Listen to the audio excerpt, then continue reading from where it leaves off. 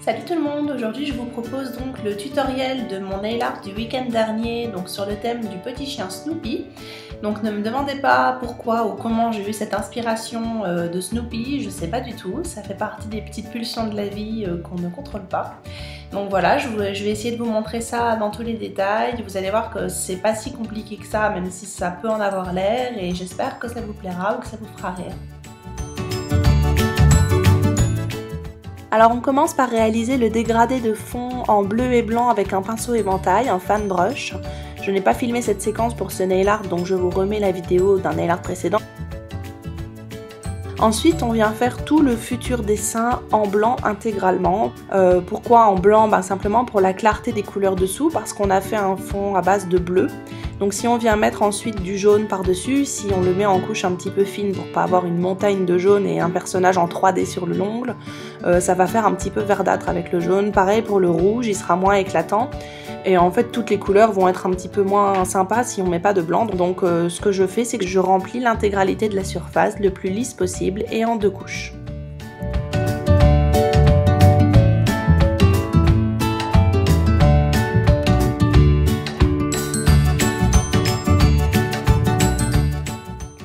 Alors du coup je vais vous montrer le détail de réalisation de mon pouce gauche parce que j'ai dessiné un petit peu de tout dessus, un petit cœur, de petits personnages, le nuage, la maison.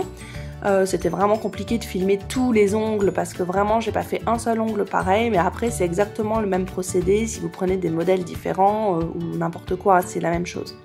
Donc après avoir tracé tous les fonds en blanc et en 2 couches, je vais commencer par tracer les contours en noir. Je me suis servi du pinceau comme d'un réservoir, donc c'est toujours un pinceau taille 2, un pinceau Rubloff Kolinsky poil naturel taille 2, donc vous avez les références aussi dans la description de la vidéo. Et donc je ne travaille qu'avec la pointe, donc c'est un pinceau qui a une pointe, des poils en fait assez longs, qui permettent de faire un réservoir si on a une peinture bien diluée.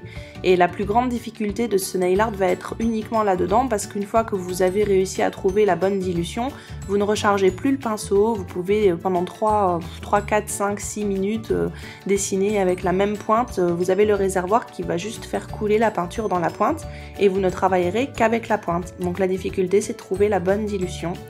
Mais après ça c'est de l'entraînement sur une feuille et puis un petit peu personnel, il n'y a pas de secret pour ça, il faut juste pratiquer, vous allez voir après ça vient tout seul la dilution de la peinture et on peut faire vraiment ce qu'on veut ensuite. Ensuite on remplit en couleur et il ne faut pas s'inquiéter si vous avez des contours mal définis ou si les dessins ne sont pas précis, vous allez voir que on peut toujours repasser toutes les couleurs les unes par-dessus les autres, même du blanc par-dessus du noir. Et ça me permet d'empiler des couches à chaque fois de peinture, donc si elles sont assez lisses, ça va pas faire d'épaisseur sur l'ongle, et de pouvoir retracer mes contours comme je veux.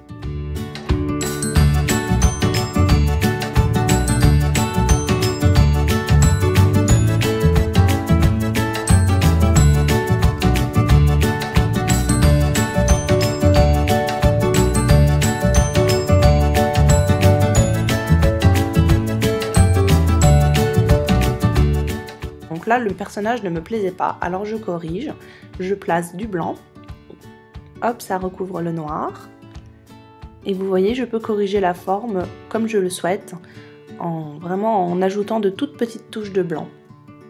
En gros, on bidouille un petit peu sa peinture jusqu'à ce qu'on soit content du résultat. Et il faut pas s'inquiéter, moi j'ai pas fait mes motifs avec les contours parfaits, bien dessinés et précis tout de suite. C'est vraiment le résultat précis vient du fait que j'ai empilé plusieurs couches successives et qu'à chaque fois je viens corriger les tout petits arrondis ou les tout petits détails qui ne me conviennent pas par rapport au dessin que j'imagine.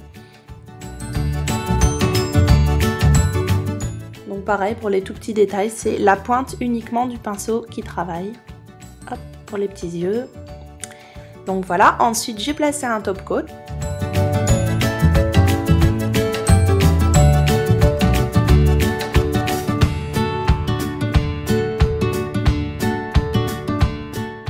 Et puis puisque j'ai fait ce petit côté bande dessinée, j'ai posé un top coat mat par-dessus. Vous allez voir, ça change tout. Ça fait vraiment un effet satiné et je trouve que c'est ça qui est rigolo. On dirait presque des nail patch. J'avais ce nail art pour un nail bar à Paris le week-end dernier et on m'a vraiment demandé si c'était des patchs collés.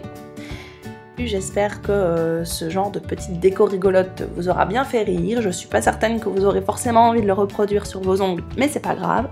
Et je vous donne rendez-vous la semaine prochaine pour une prochaine vidéo. En attendant, vous pouvez me retrouver aussi sur Instagram ou sur Facebook. Et je vous fais de grosses bisettes. Bye bye!